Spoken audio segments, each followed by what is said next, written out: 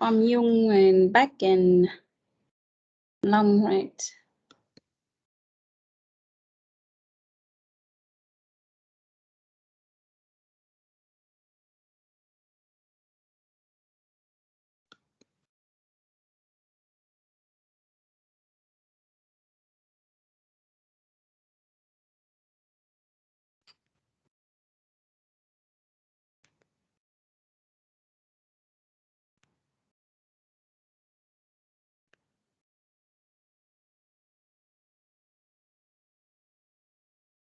We'll finish chapter 2, then we will continue.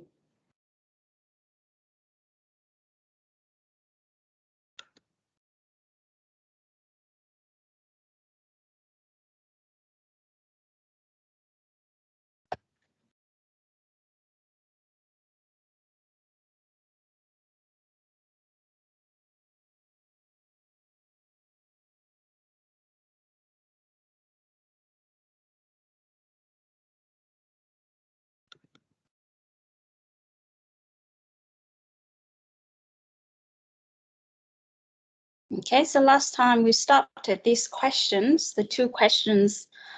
I asked you to go home and look at it. So today you can give me the answer to the questions. So the first one is when a new trade is completed, what are the possible effects on the open interest? As we define, the open interest is the number of contract. It can be, you know, call or put a contract in a day, right? So when a trade is completed, or we say when a contract is closed out, somebody messaged me and asked me what does it mean by close out a position. Close out a position in a future contract means that we would have to enter the opposite contract. So if you are in a long position, then you will close out your position by entering a put position.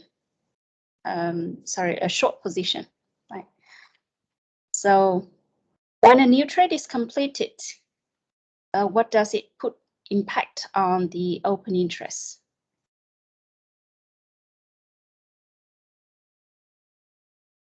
Can I answer the question? Yes. So when a new trade is completed, there are 3 possibilities. If both parties in the trade are initiating a new position, like one new buyer and one new seller, so the open interest will be increased. In this case, it is increased by 1 contract because there is 1 new buyer and 1 new seller. In the second case, if both parties are closing an existing or an old position, 1 old buyer or 1 old seller, so the open interest decreased by 1. And the last possibility is if 1 old trader is passing off his position to a new one. So in this case, it's 1 old seller and 1 new buyer. So the open interest will not change. So there are 3 possibilities. Okay, thank you, Phương Thảo. Anyone wants to add, or do you agree with Thảo, or do you have your own comments on this?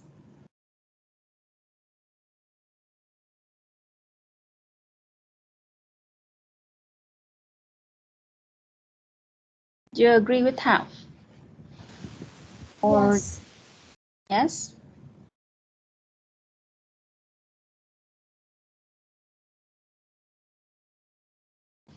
No more comments? I agree with her, and I think that the open interest only changes when the new buyer and the new seller enter the market and they make new trades. I think so. So when the thing here is well, Tao is trying to expand in many scenarios when we have, you know, a new buyer or new seller entering the market. But here the question is quite simple. When a new trade is completed, in that situation only. Okay, let's focus on the situation when we have a trade is completed, is closed out. Then what would be the possible impact on the open interest? We let not consider the scenario where we have, you know, a new parties entering the market yet. But just at the moment when a new trade is completed, then do we have any impact on the open interest? I think when the new trade is closing out, so the open interest will definitely decrease, because as we talked before, the open interest is the total number of contract outstanding. So if you close out the existing contract, so the open interest will decrease. So it's my opinion. Is that Đức Anh speaking or? Yes. Okay. Yeah. Yes, I think Đức Anh is right, because here we only consider the situation where we have the open interest, the current open interest, and then a trade is closed out. So the possible impact would be the open interest would decrease. Right? Rather than, you know, it's good from Phương Thao's point of view when you try to expand many scenarios, but let's just take into consideration the current situation where we have we just answer directly to this question, then the possible impact that would put into the open interest, that would be the decrease in the open interest. Okay, thank you. The second question, can the volume of trading in a day be greater than the open interest? I think it is yes.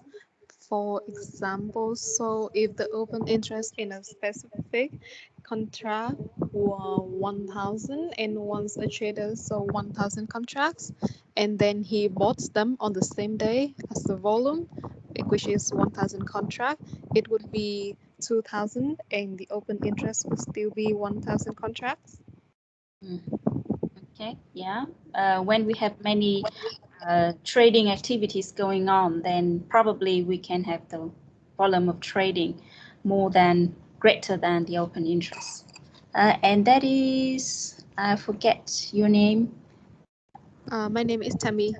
Tammy, okay. Tammy. So Tammy, you know how what the closing position means, right? Yes, I do. Yes, okay. All right, so we have many types of orders that you can read further to, in order to understand these orders. For example, limit, stop loss, stop limit, market if touched, discretionary, time of the day, open, fill or kill, different types of order when we enter the future markets. The regulation of the futures in the US, as you can see, the regulation is primarily the responsibility of the party, which is called the Commodity Futures and Trading Commission. And regulators try to protect the public interest and prevent questionable trading practices, just to enhance the transparency of the futures market and to make sure that the market has the liquidity, and everyone, when they enter the future market, they will have to fulfill their obligation, posted by the market. We also have the part related to the accounting and the tax relating to the trading of the people getting involved in the market. Profits or losses would be recognized at the same time As you can see that ideally the profit and the losses from speculation should be recognized on the mark-to-market basis. And this is the same thing we apply for the future market when we have the mechanism of mark-to-market price, right? Because we basically adjust the daily price of the contract according to the supply and demand in the market, and we have the closing price in a day.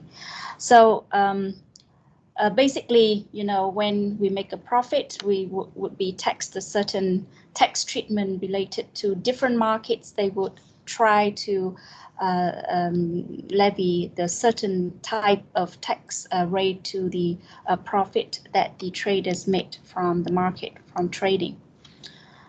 So basically, if we compare between forwards and futures, and if you want to compare it with options, then there are certain conditions, certain criteria that we can look at them and try to establish the differences between different contracts. So here, let's put into comparison two contracts that we have already reviewed.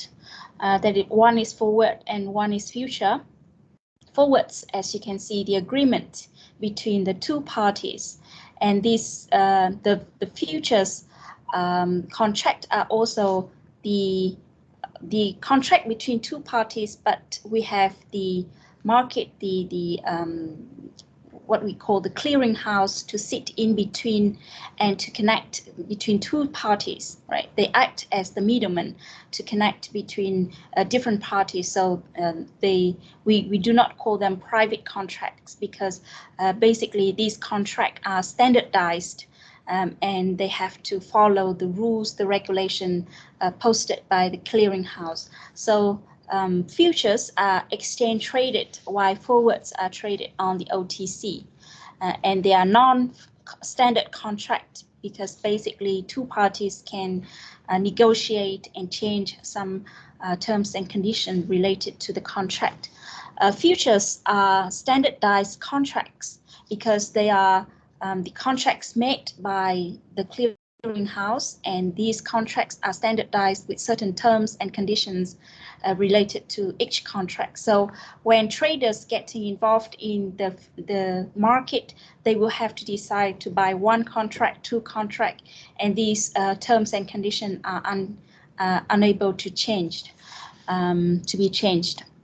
Forwards usually have the specified delivery date, while futures will have a range of delivery dates, right?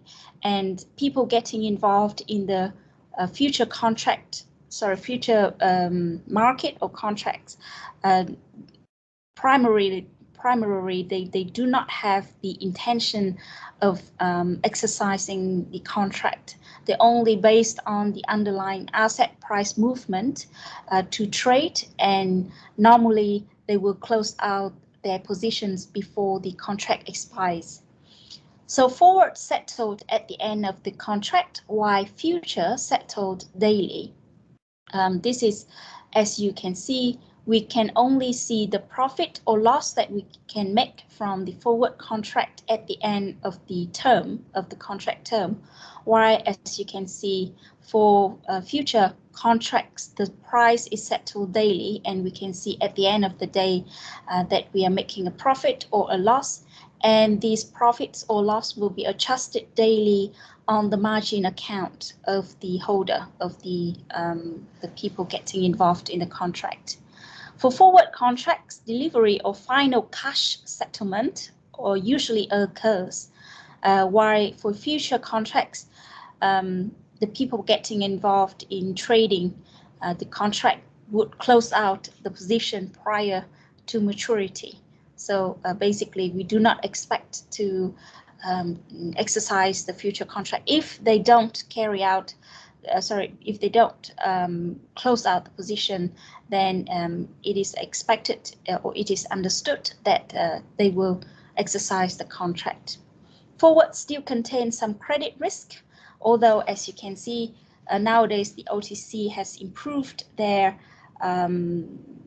operation by getting many regulations and trying to upgrade it itself into a higher level, closer to the future, the way that the future operates, the future market operates. But as you can see, we still have some credit risk in comparison to the future market.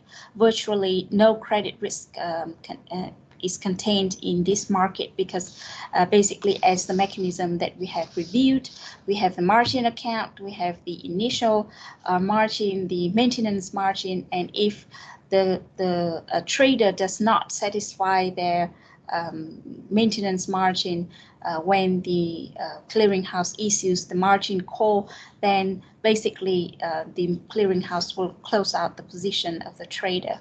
So virtually no credit risk would be exist in the future market.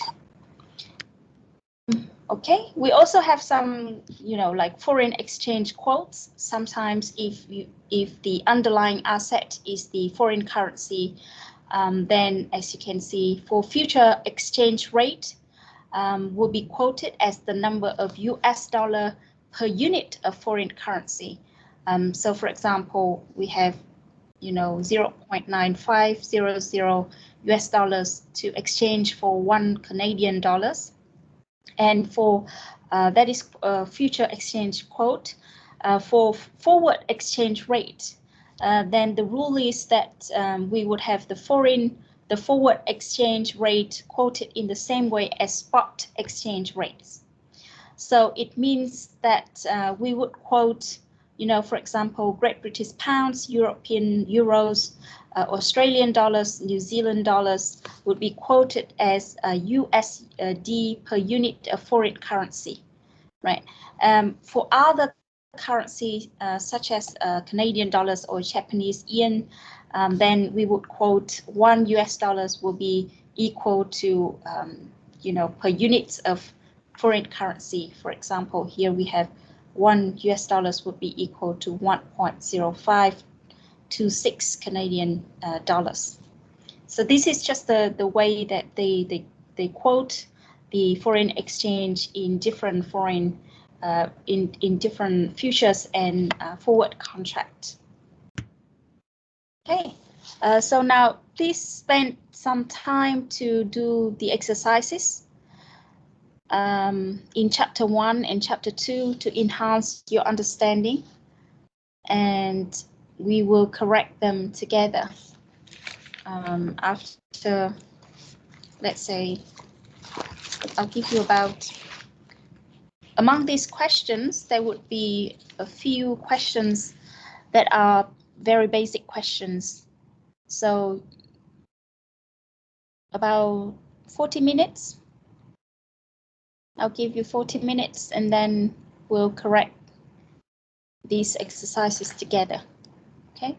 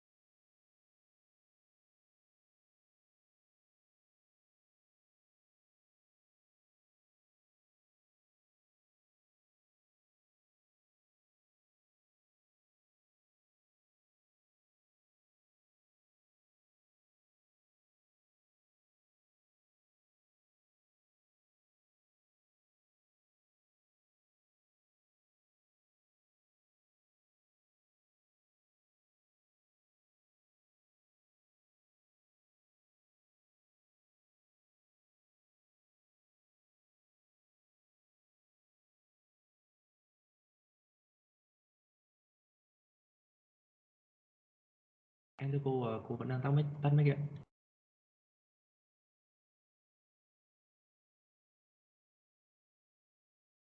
I'm sorry, I didn't notice that. So I talk to myself alone all the time. I'm sorry because I had some emergency paperwork to do, so I come back a little bit late. Can we extend the time a little bit? Do you have the class after this? Yes, Yes, teacher. yes. Really? All right. Okay, we try to solve the questions as quickly as possible. Question 1 and 1.5 and 1.6. Who wants to do it? Can I? Who's speaking? It's Đức Anh. Okay, Đức Anh. Probably Đức Anh, you solve some more complicated questions. Okay. Cô ơi, thay vì hình thức là các bạn bấm mic lên thì để cho các bạn giơ tay phát biểu rồi cô gọi các bạn được không ạ? Tại cũng có nhiều người muốn phát biểu nữa ạ. Okay. And any way is possible.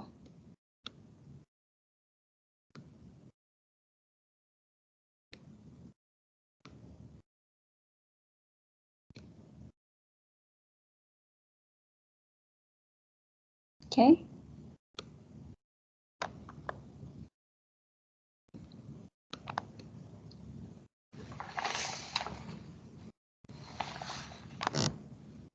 You have a lot, right? Okay, let's say Zikio.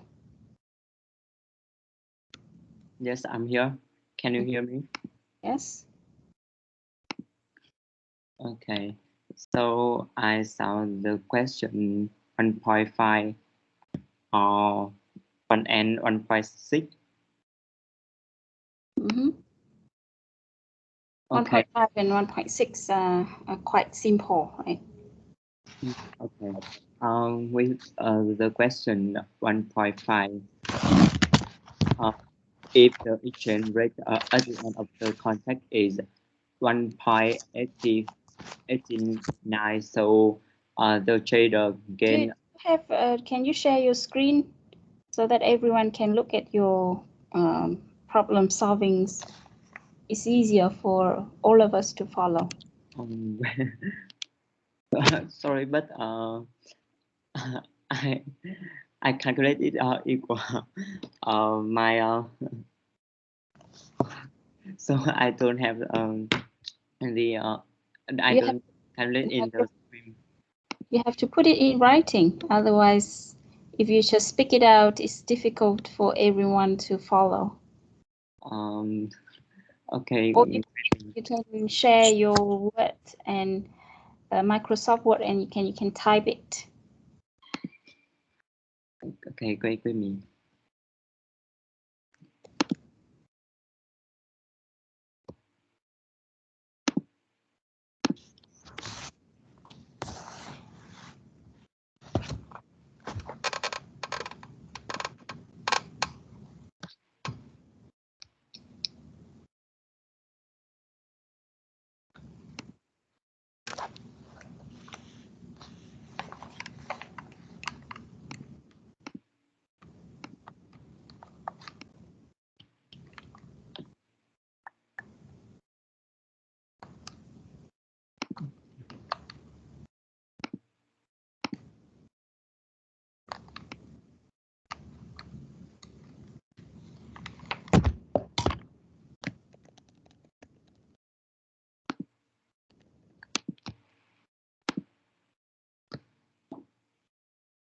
Can you see it?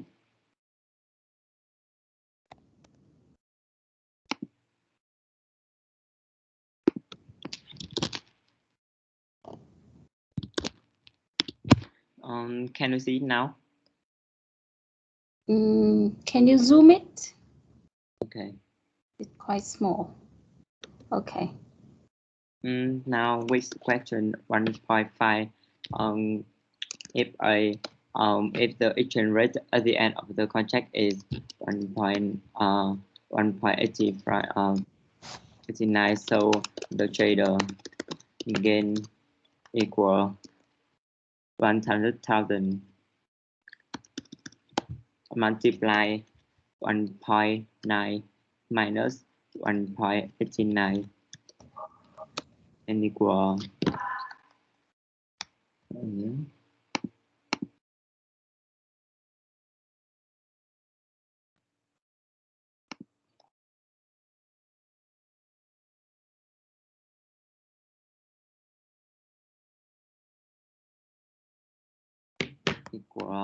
$1,000.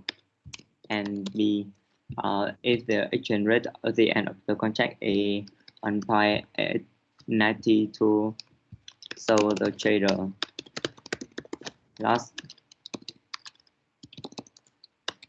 equal 100,000 multiply 1.9 minus 1.92 and equal $2,000. Mm-hmm. Okay, with the question. Oh, wait, Gil, you have to explain, slowly for all of us to follow. So, guys, do you agree with Gil in his answers? Is that correct answers? For A, first of all, we look at A, right? For the situation where we get the at the end of the contract, the exchange rate would be $1.98 per pound. Then Gil concluded that the investor will make a gain of 1,000 because he is actually selling at the higher rate than the market rate. And when the exchange rate rise to 1.92 per pound, then he's actually making a loss of $2,000. Is that correct?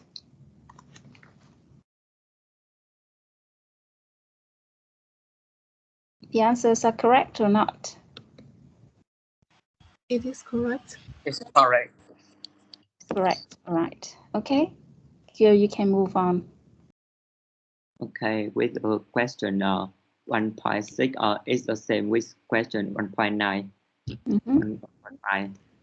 With the we have the cotton price at the end of the contract is 48.2 cents equal 0.482 dollar. So the trader gain equal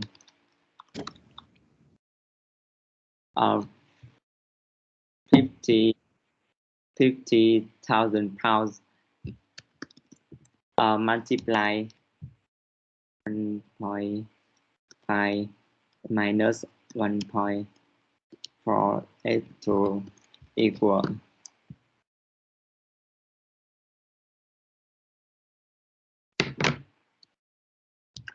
equal $900.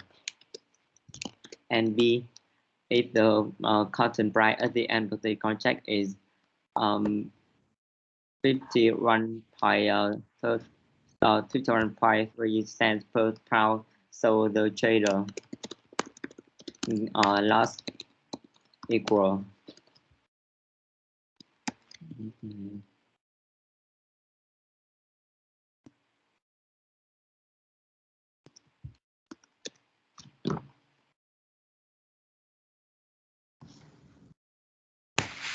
loss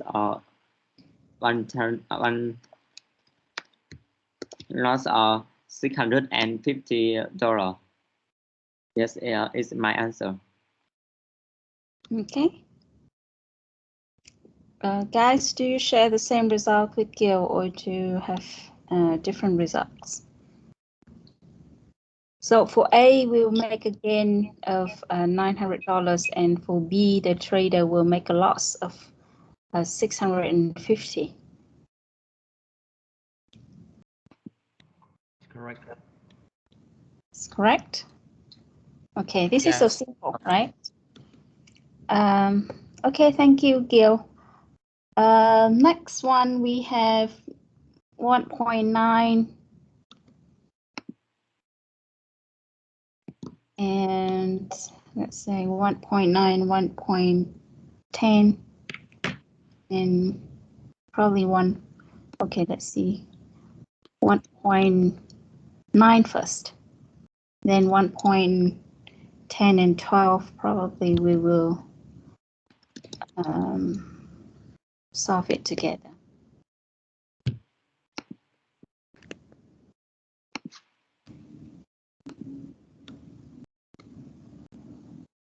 Or 1.9 and 1.10. Who wants to do it?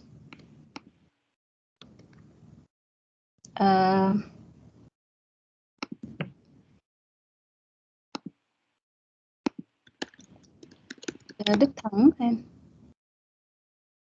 Phạm Đức Thắng. Yes. May I share my screen? Yes, please.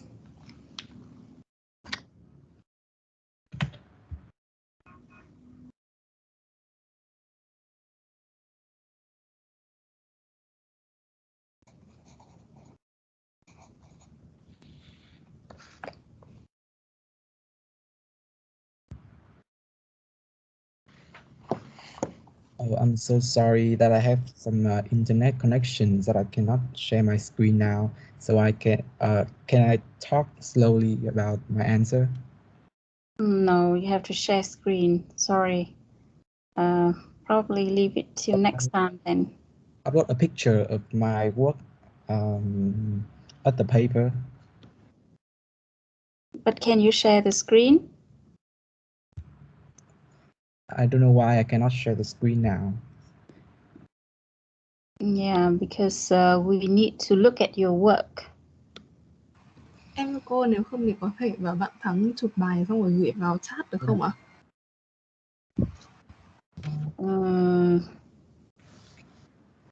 I still would like you to share the screen.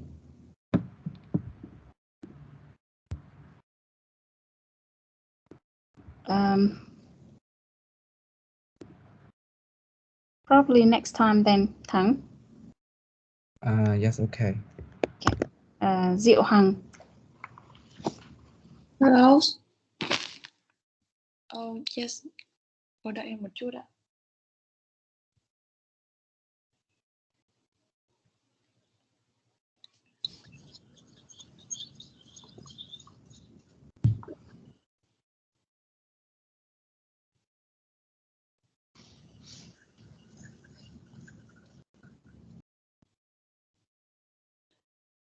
Cô nhìn thấy chưa ạ?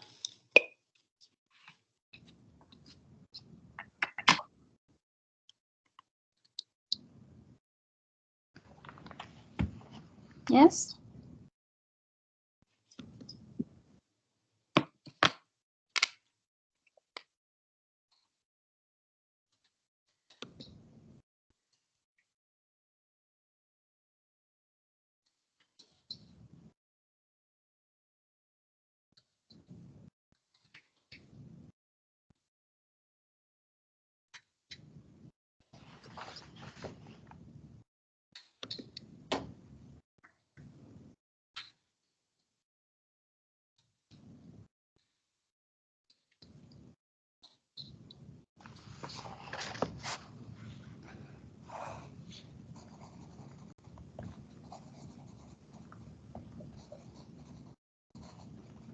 Hằng, you can. Yes. In the 10.9, I think there are two cases. The first case, when we buy 200 shares, if the price increase, then we can gain because the principle is buy low and sell high.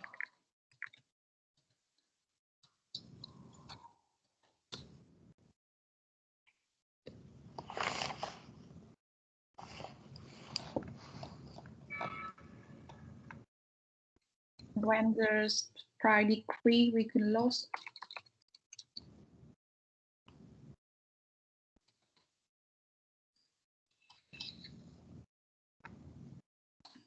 The second case is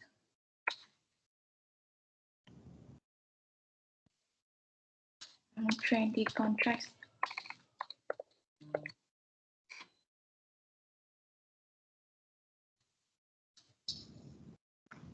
For 100 shares per contract.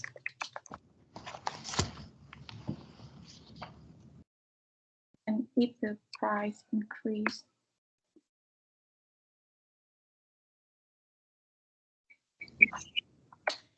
indeed.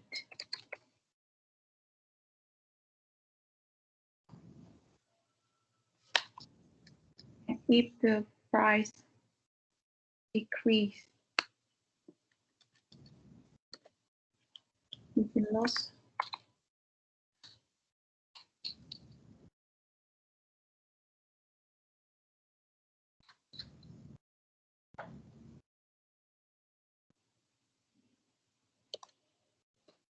Lose 5,800 and in the 0.9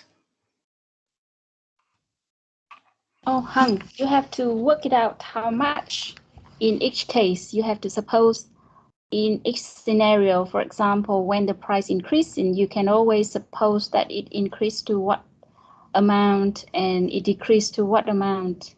This is too general. If you do the same thing in the exam, you won't be able to give to gain the full mark for this, because this is just to be depict the very first first step. You have to work out in the end how much you gain, how much you lost, how much you lose, how much loss you get at the end of as the result of your trading strategy, rather than just case 1, case 2 like this. This is too short. Yes. Right? You have to work out the numbers to persuade us. And why, you have to explain why when the price increases, this is the gain, and why when the price decreases, this is the loss. Yes.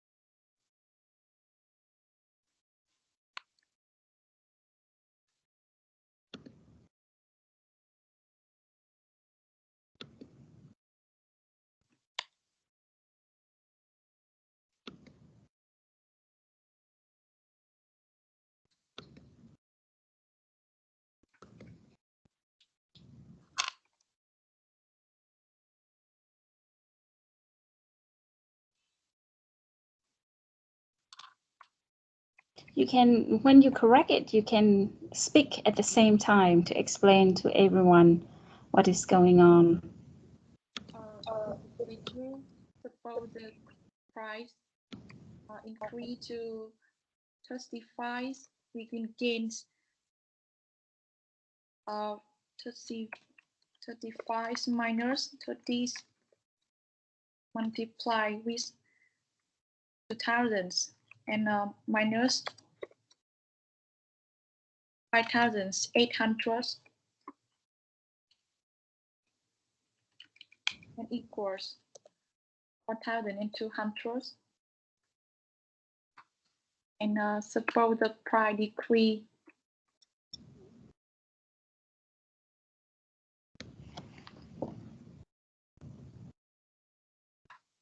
to, if the price decreases to 25, right, then you should take the 25 minus the 29 as the historical cost that you acquire the shares, to make the final result as negative 800. Right, this present more clearly the case where you get the the market price minus the historical price.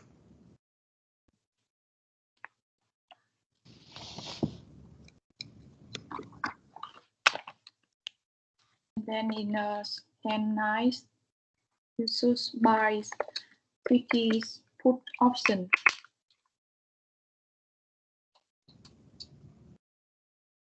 Contracts and it contracts.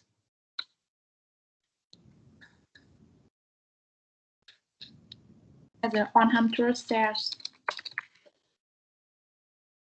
readers strike price of $25 and an expiration.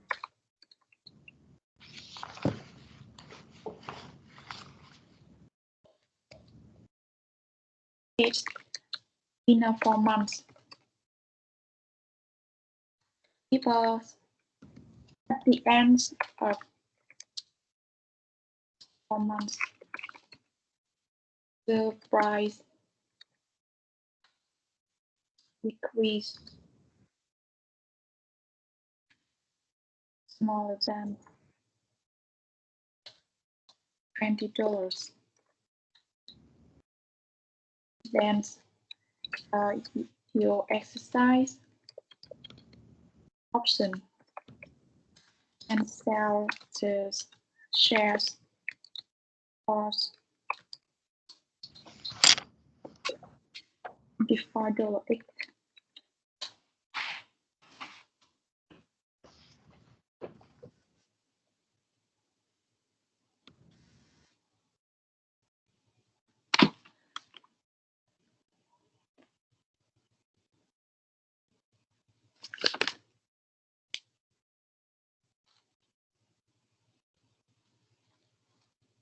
I'm done. Finish? Yes. Okay. What do you think about Hang's answers?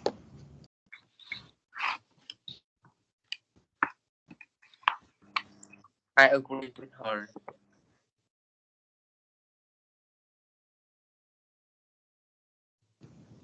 You agree with her? Okay, so remember in the cases you are given the questions, you have to work out the situation. Even in if they do not give you the specific price, the specific future price, but then you can always suppose that the future price at the expiration date would be would increase to this amount or decrease to that amount. And the final result would show the outcome of each strategy rather than you just throw out the general strategies without any results. Okay, even in 1.10, you could always suppose that if suppose that you buy 50 put option, right? Then what would happen at the end of the contract lifetime.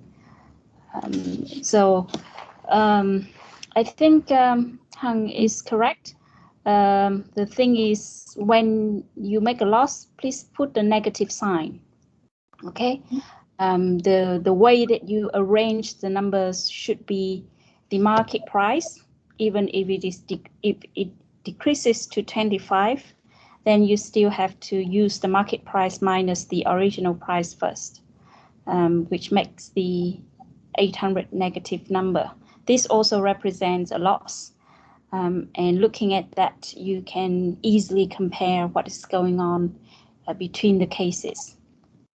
Okay, Your explanation should be more clear in the way you have to say why in this case you will make a gain or you will make a loss with the 20 contracts that you enter into as the option.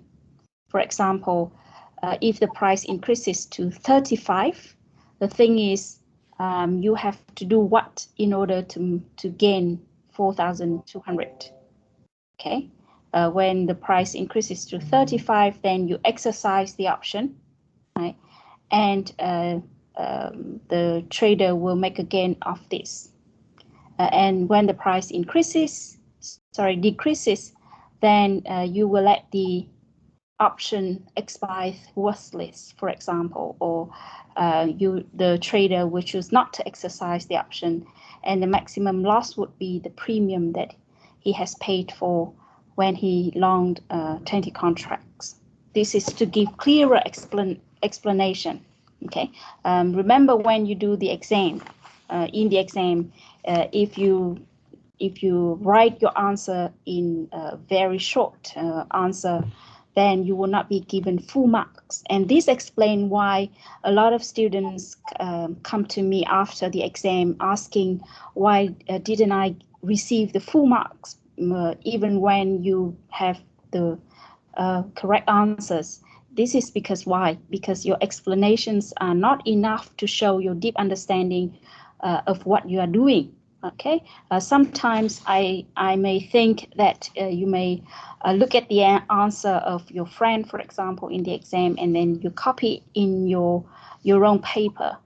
And this is why you may have a very short answer, although the answer is correct, but it does not show your full understanding. You have to give me show me your logical thinking, how you can achieve the final answers rather than giving me the numbers as the result. Okay, so just pay attention to that. Question 1.12. I think we'll finish the last question of chapter 1, and next time we will solve the question related to chapter 2. Okay. Okay, 1.12 is the question to ask us to explain why forward contract can be used either for speculation or for hedging. So who can answer this question? This is to identify the difference between hedging and speculating, right? So who wants to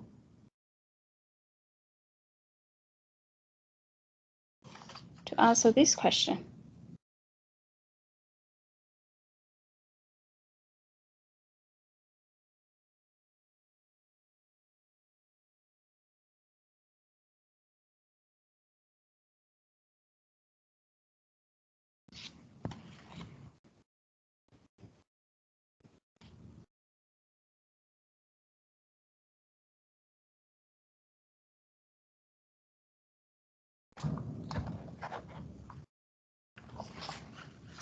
Let's see. You raise your hands again. Trang Nhung, then. Okay, so I will answer this question. So the difference between hedging and speculating is that hedging is the trader will have the exposure to the price movement. Mm-hmm. So in the case of hedging, I have two cases. If the traders benefit from the increase in prices, then his risk will be if the price decrease, then he will the risk will be the price. If the price decrease, then he must take the short forward contract. In another case, if the trader benefit from the decrease in price, like he can buy at a lower price, then the risk for he in this case will be if the price increase, so he will make loss because he will have to buy at a higher price. So the strategy here is that he should take the long forward contract. Are you explaining from the point of view of a hedger or a speculator? This is a hedging view to offset the price movement. Okay, so what's the purpose of the hedger is to? So the hedger, like if the price like increase, for example, he may like lose an amount, so he will take a contract to offset that loss. So when he expect the price increases, right? Then what will he do? So if he expect the price to increase, then he may take the short forward contract. The price increases, then he will take a short position. He will enter the short position. Wait a minute. Take a short.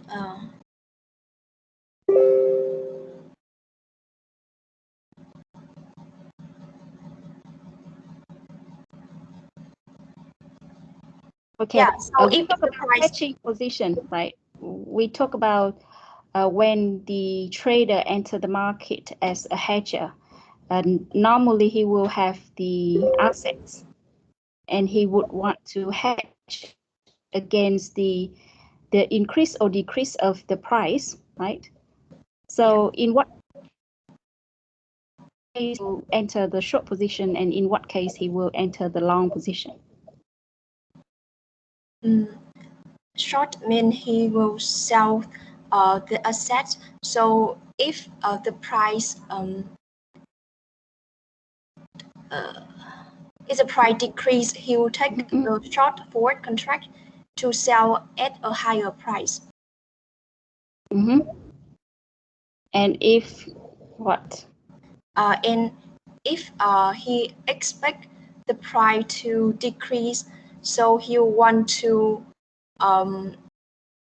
buy. No, if he expect the price to decrease, then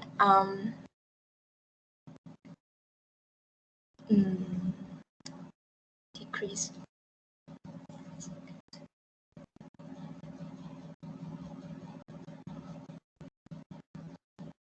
So he will want to buy at a higher price to offset the loss if he must to sell at a lower price. So he could take the long forward contract. It's a little bit confusing, right? If the price is decreasing, if he expect that the future price will decrease, then he will what? He will enter a long or short position. I think the long position. The long position if the price increase or decrease. Decrease. Increase. Okay. Then if he if he expect the price to decrease in the future, then he would enter the opposite position as a short position. And as hedging, right, we always have the case in which, you can, let's say you can always, probably if you see the opportunity right now, for example, you can always probably sell the product or sell your asset at the moment and enter the long position in the future, and vice versa, right? Just to be sure that you will be able to hedge against the price fluctuation of the asset. So what about the speculator? So the speculator will benefit directly from the price movement. Like if he expect the price to increase, then he will sign a long forward contract to buy at a lower price than the market price in the future. Okay, so basically the speculator also follow the same mechanism as the hedger, or but the thing is, the purpose of his trading is not to hedge himself or to provide an insurance against the price movement of the underlying asset, or we can say is not exposed to the price fluctuation of the underlying asset, but he still wants to enter the trading in either the position. Then we can say that this is the speculator, right? So basically, we want to identify the different purpose of entering the market. The hedger will have the exposure, the risk exposure to price movement, but the speculator would enter the market in order to make use of the price movement to either gain a lot, but in the worst case scenario, he will also lose a lot as well. Right? You agree with Chang Yun?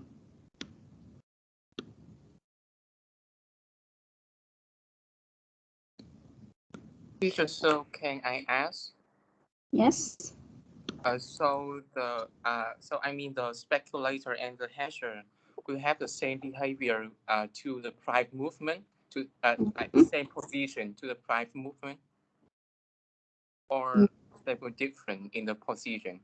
Like when the price increase, so both speculator and hedger will be in the long position, or they different. It depends on their strategy, because as you know that usually the hedger will have the underlying asset, or is about to have the obligation to probably get the asset in the future. Then it depends on each situation. Then they will enter the long or short position to make the most out of their benefits. Right? Probably they will be on the same side. Probably they will be on the opposite side. And we cannot always guarantee that the speculator and the hedger will enter the same position, because their point of view against the price movement can be different at each point of time. And they have to work out their benefits accordingly with their objective as well. Okay. Okay, thank you. Okay.